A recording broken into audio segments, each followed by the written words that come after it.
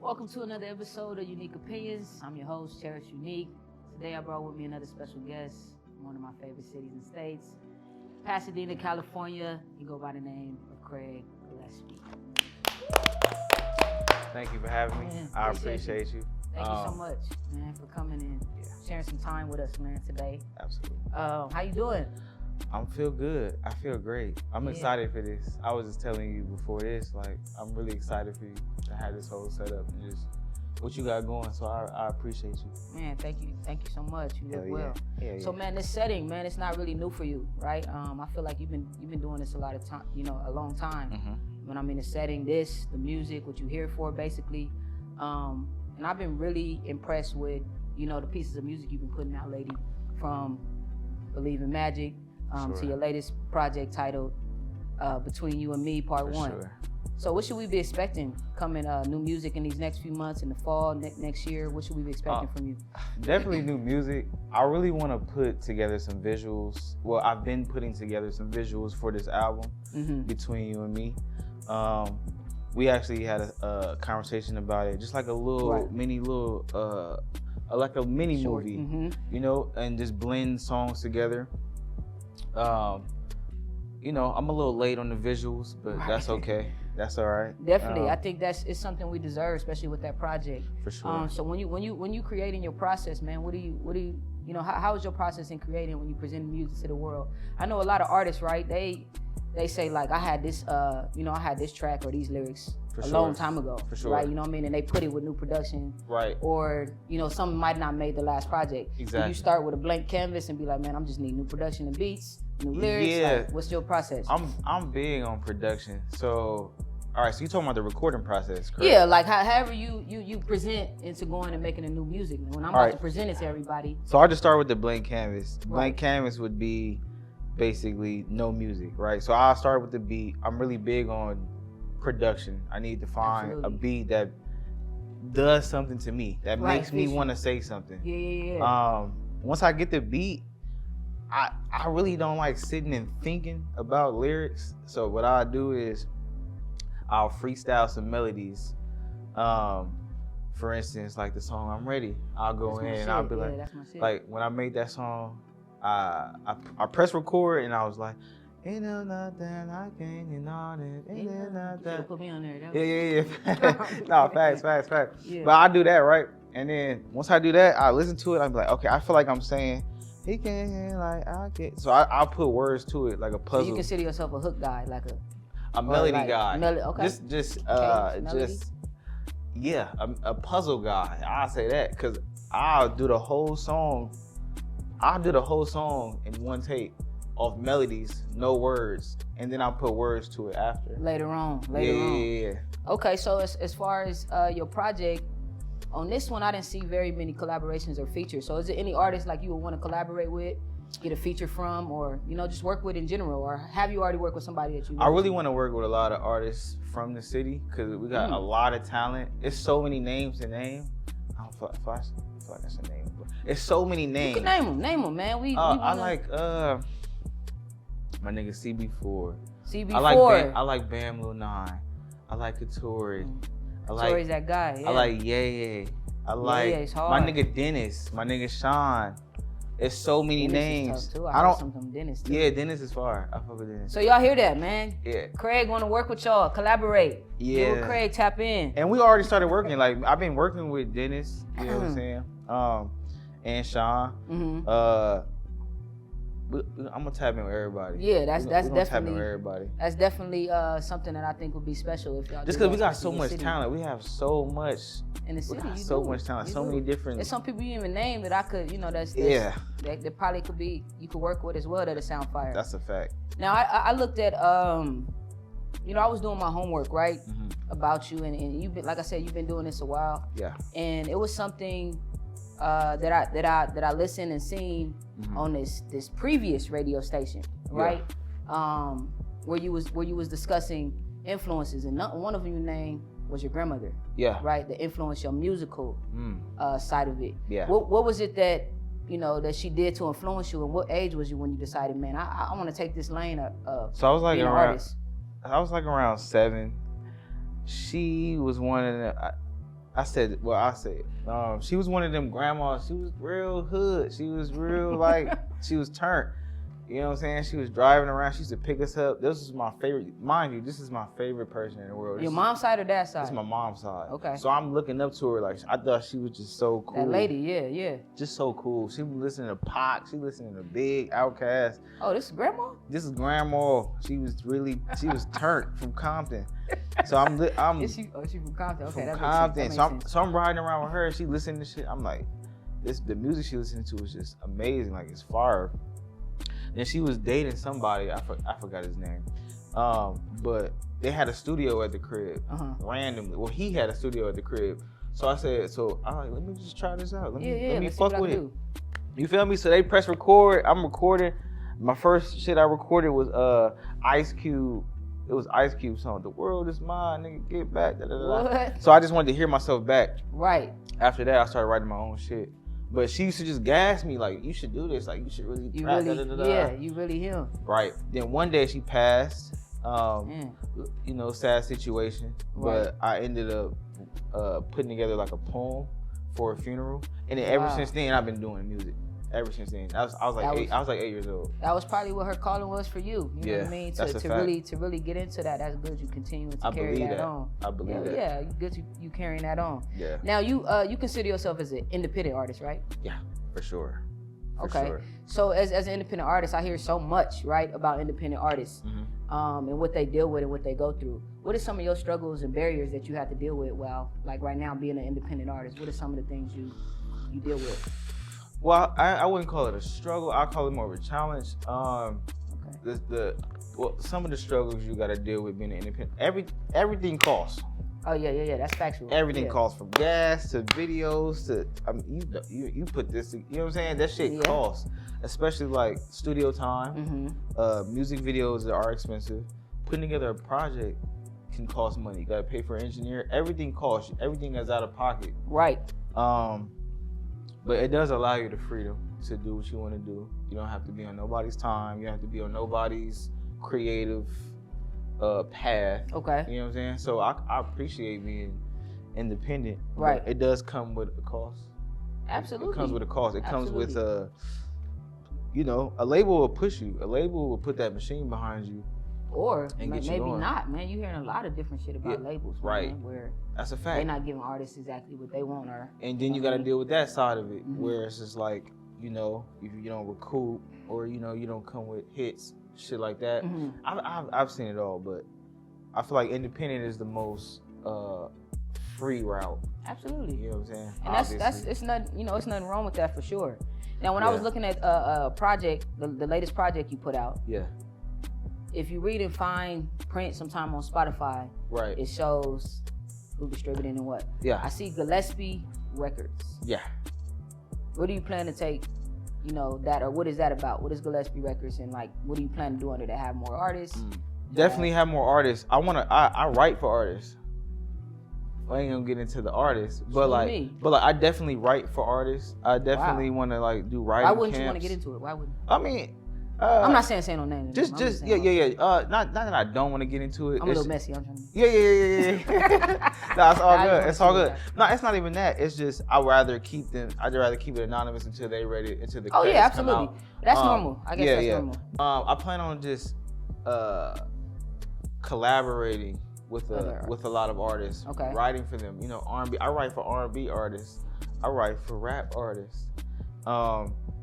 I just want to collaborate and just come together and just bring our resources together and just do something crazy. When you say like you write for other artists and stuff like that, what do that come with? Like, do that come with funding? Do that come with status? Do that come with writing for other artists? It comes with recognition. I'll say this: it comes with, first of all, when you write for another artist, you gotta tap into them. So like when you say I'm writing for somebody, right? I gotta talk about your life. Say I'm writing for you. Right. I gotta sit and have a conversation with you. I gotta figure out what you're going through, what breakups you're going through, what new relationship you in, what Like I gotta get into your life. So I gotta literally, it's almost like acting. I gotta become you, and you know, it's a whole process. That's pretty crazy and dope at the same time to me. Yeah. But Yeah. it kind of makes sense now when you're thinking about artists, right? And you figure, I hate to say that some of them ain't really.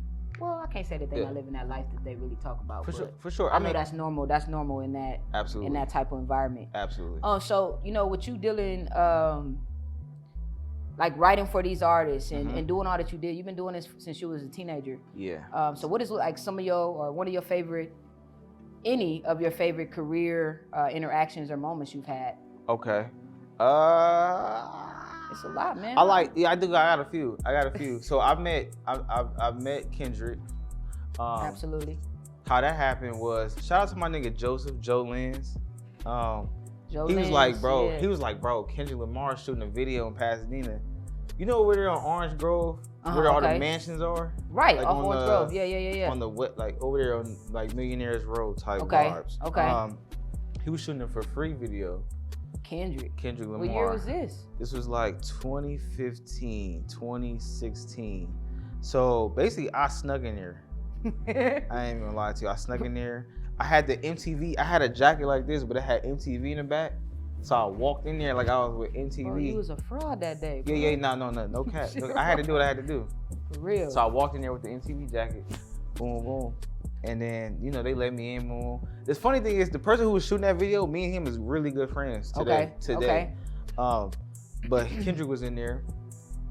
And then I was just chopping it with him. And then I was telling him about my shit. Like, I'm from Pasadena, He was just telling me, he gave me some cliche, but like, it stuck with me. Like, he was just like, he gave me the keep going speech, but like, that's really all you can tell artists. Like, right. That's in the moment of their for sure, and that's really all you can tell somebody is keep going. Like, a lot of niggas, like, they'll start, you know, they'll get into their craft, they might get discouraged, and they might stop, they might quit. You know what I'm saying? Right. So just Kendrick Lamar telling me to keep going was crazy to me. Man, I that think, was crazy. Yeah, I think that's a great point you make.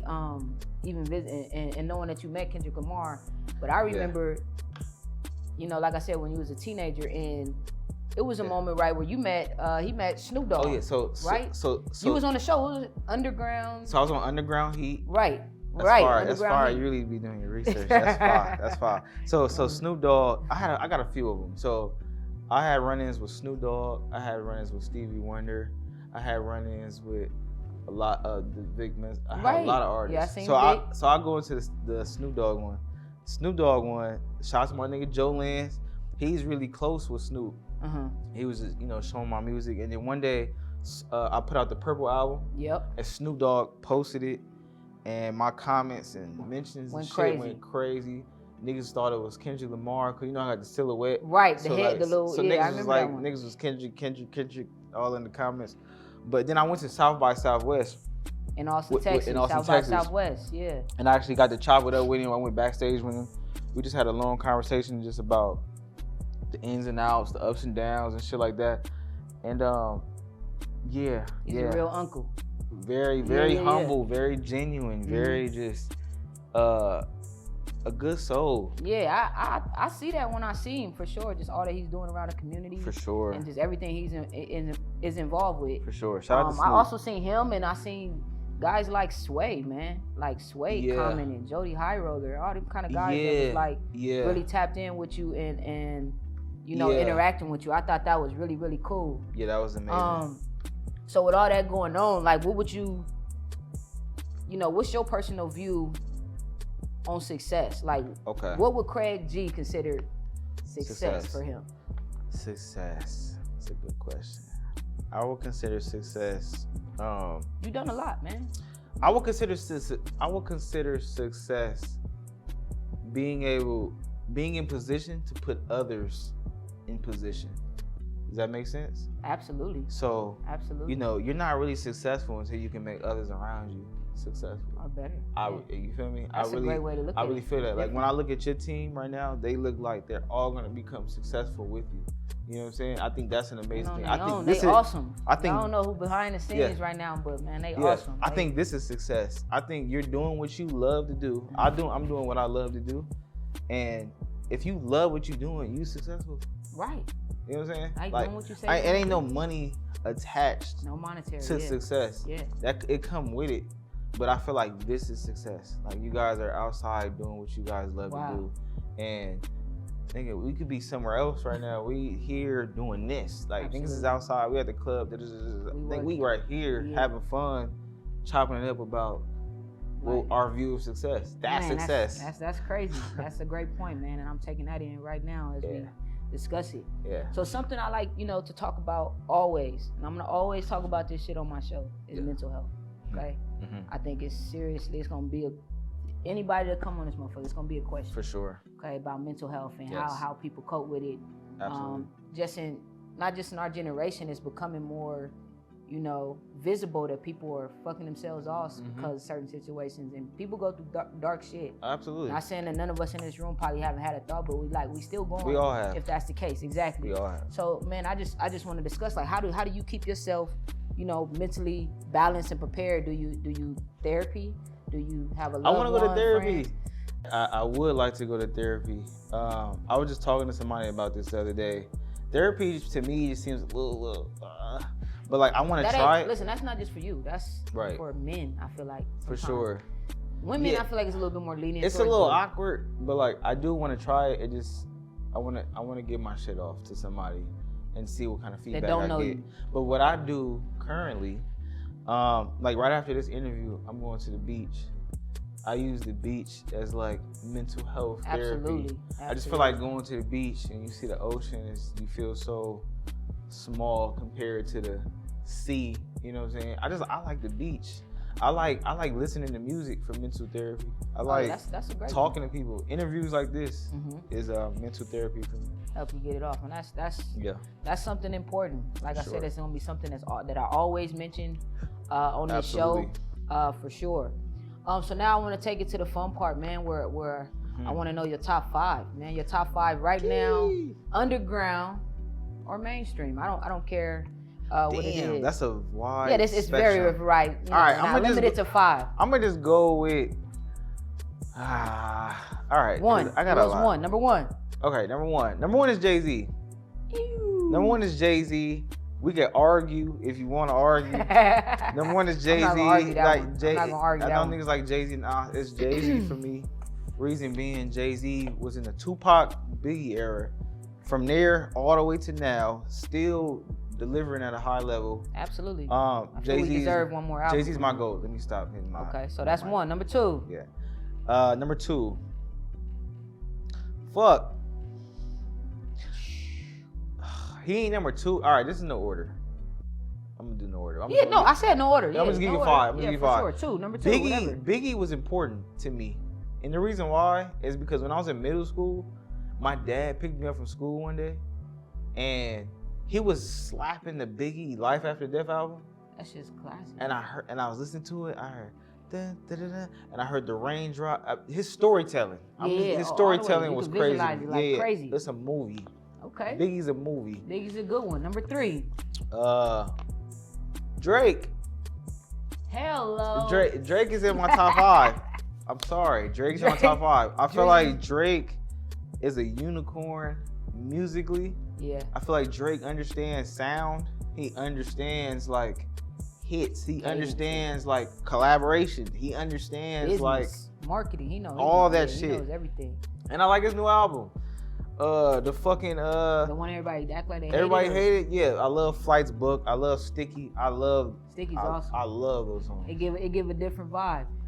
Number 4. Wayne. Everybody gonna say Wayne. Wayne. This, like I said, this is no order. Mm-hmm. But Wayne has changed my life when he put out Carter 3. Right. Like I remember being in school when Carter 3 came out and I heard la la la la la. I heard Phone Home. My whole school year was different. Yeah, Wayne is that guy, man. It's hard to go against him and when putting him in your greats, man, for sure. No, he's heavy in my iPod shuffle. Absolutely. Number 5. I'm gonna go Kendrick. Kendrick Lamar is performance arts. Kendrick Lamar is. I'm going to concert tonight. Kendrick. You going to concert tonight? Yeah. Where's it at? Crypto, I believe. Oh wow. Okay, that's fire. I didn't even know that. I've been in my own little bubble. I did not know that. That's fire. Kendrick Lamar, performance arts. Kendrick Lamar, honesty, transparency, fucking. It don't get no realer than Kendrick Lamar. That guy. It don't get no more realer. I love Kendrick. Yeah. I love him in a sense. You know, I got other artists that I like. You know, ahead of him a little bit, but he's still. I want to ask you your top five. Who your top five?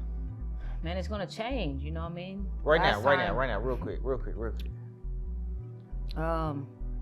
Who you like? Right now I have no order, of course. Drake. Okay. I'm gonna always say Jada. Jada Kiss. Absolutely. Fire. I fuck with Dom K from the West Side. Yeah, I love Dom. K. I love Dom. That's 3. Who else? I say Rick Ross. That's my guy. Oh, you like Rick Ross? You're Luxury, fire man. for that. That's luxury fire. rap. That Luxury rap. Number 4. That was number 4. Number 5. Who's really spinning heavy, man? I'm gonna give the West Coast some more love, man. I'm gonna mix Bino and Blast together right now, man. Bino and Blast. Yeah, I'm gonna mix them together right now. Okay. So I take them as a 5. Last time I had a whole new 5. For sure. All right, so I'm doing something different. You the first one that's gonna kind of set it off with this, and it's called unique comparisons, right? So I'm gonna give you 2 words, phrases, or quotes, and you give me either or scenarios, and you give me either or, and maybe a why, if not both, if you have to have both. Okay? How does that sound? It sounds far. I don't understand the question, but ask me so I can. Okay. Right. So it's gonna be like a comparison. So either or, right? Okay, either or. Okay. All right. So the first one, respect or loyalty.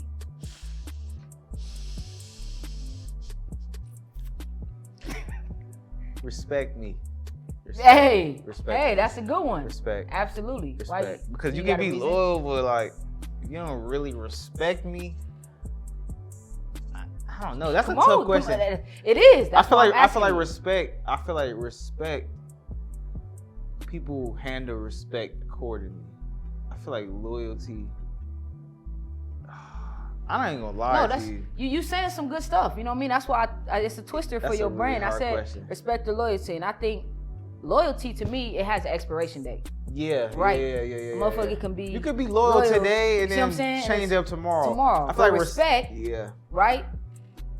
Matter of fact, you don't gotta think so much if you know you respect. Somebody could forget about you. They see you, they respect you. And you don't have to be loyal to me.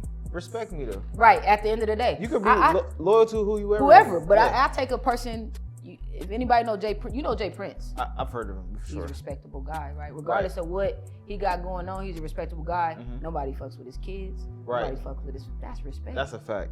You know what I mean? When I go somewhere, and somebody recognize I'm with this person or this. Right. Later on in life, and they don't mess with your kids if they know what you would do to them, because that's how much respect. Type shit. I think respect. All right, so number 2, performing or recording. Jeez. You can say both. I'm not, but I think I'm gonna go recording. Ooh. I like performing too. Performing is fun. I just feel like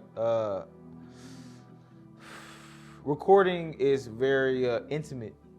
Recording is very. In what way? When you record, it's a blank canvas. You don't have nothing. So you gotta dig deep into your soul to come up with something. That's a good one. Whereas performing is more as a vibe. Like we performing right now. We're literally performing right now. With something in front of you, yeah. Exactly. Like we're doing things and we're performing. Right. I feel like recording is more creative. Performing is creative too, but I feel like recording is more like from the soul. Okay. You know what I'm saying? Okay, so recording. Like I said, I know artists that we know right now, which is like Summer Walker. She had a problem with performing sometimes, like anxiety, whatever it may be. Yeah. I know that it's a either or. That could play into it too. Yeah, that's because I've dealt with that too. Anxiety. With the Summer Walker vibe. Yeah, like you know what I mean? Well, I don't really want to get out there. You feel me? Yeah. It's a real. Okay. It's a weird thing to be singing in front of a lot of people, and then you don't have them don't judge know what you they and expect. shit like that. Yeah. Okay. It's kind of weird. Number 3, independent or signed. I think you kind of touched on this a little earlier. I'm gonna go independent, but the reason why I feel like either or can be productive for you depending on your situation. Okay. I feel like if you have leverage, signing is definitely good. It's like a credit card. You spend other people's money. Not with these little funds they've been offering. Yeah, but I'm heard saying about the Mace thing with for sure. You talking about Mason? Fabio. Yeah. I ain't talking about that. See, Fabio didn't have leverage. That's why his deal was kind of like short. You know what I'm saying? Yeah. He didn't have the leverage, but if he had the leverage, he could have negotiated a way better deal. Okay, that's a good point. Yeah. So I have a little quote or whatever phrase it may be. Yeah. And I heard it. I like Nipsey, so I reference to Nipsey a lot. Okay. He stated it, and it was, would you rather be at war with yourself and at peace with the world, or would you rather be the opposite? I never want to be at war with myself because fuck everybody. I ain't gonna cap. Okay. Like if you at war with yourself, it's over. It's over. Yeah. It's over. Great point. So the last one I have is a phrase. Which one do you prefer or use? Glass half empty or glass half full? You know I'm going glass half full. I don't want to be a pessimist, but I have my moments where I'm glass half empty. You know, like if we being honest. Yeah, sometimes that's what we're here for. We have pessimistic views on certain shit. Sometimes we have doubts. Especially being an artist, you're gonna have doubts.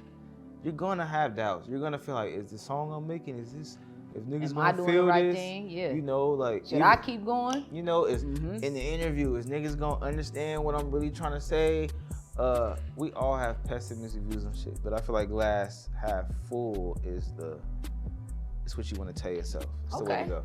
Yeah. Absolutely. Yeah. Well, man, before we get out of here, man, I want to make sure we wrap up. I always like to do like a shout out kind of recognition thing. Anything. It could be personal. It could be a business. Yeah. It could be book record. Anything you want to reference. I want you to kind of put that in the camera. Like shout outs? Yeah, there we go. All right, shout out. I want to shout out Last Destination.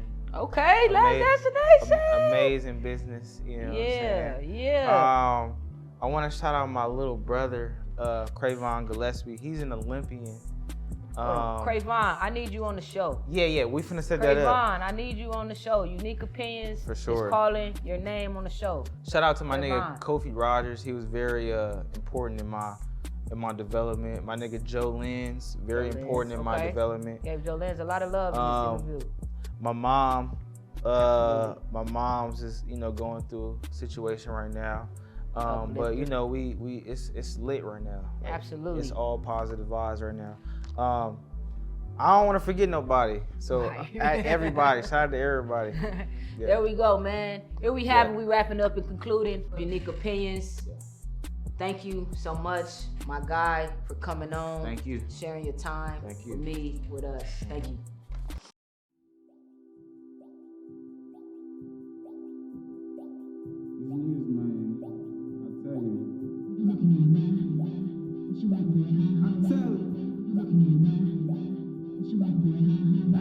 What they looking at, huh?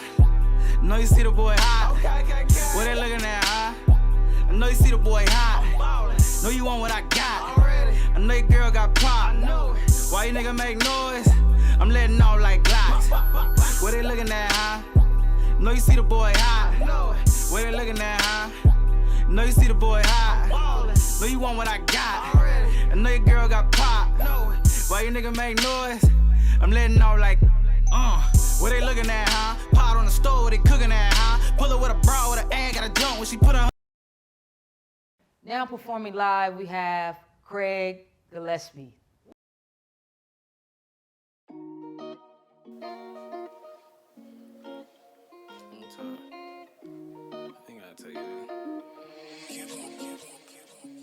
You know you a problem. I had to slide on you regardless. Now I'm looking how things change. We was supposed to run shit. You was my rider, my accomplice. Now I'm looking how things change.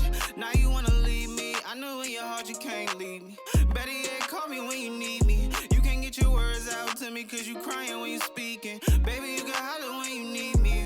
Gotta talk about it someday. Shit get wild, you can't run from it always. Shit, I ain't proud of what I did to you. I done probably damaged you, I'm here for you. No, I mean no harm to you. No, I couldn't express it, so I put this in a song for you. No, I seem cold, but just know I got a heart for you. We all been all through it. I can lose you now, but take a loss, just what I ain't doing. He can have you now, but know it costs, nigga, I ain't moving. Shit, She was entertainment, nothing more. You know we make movies. No, I did you wrong, but I can't take back what I did to you. Know you out here wildin', when you shake that, I'll be here for you. If we don't speak again, just know it's clear to you. You know you a problem. I had to slide on you regardless. Now I'm looking how things change.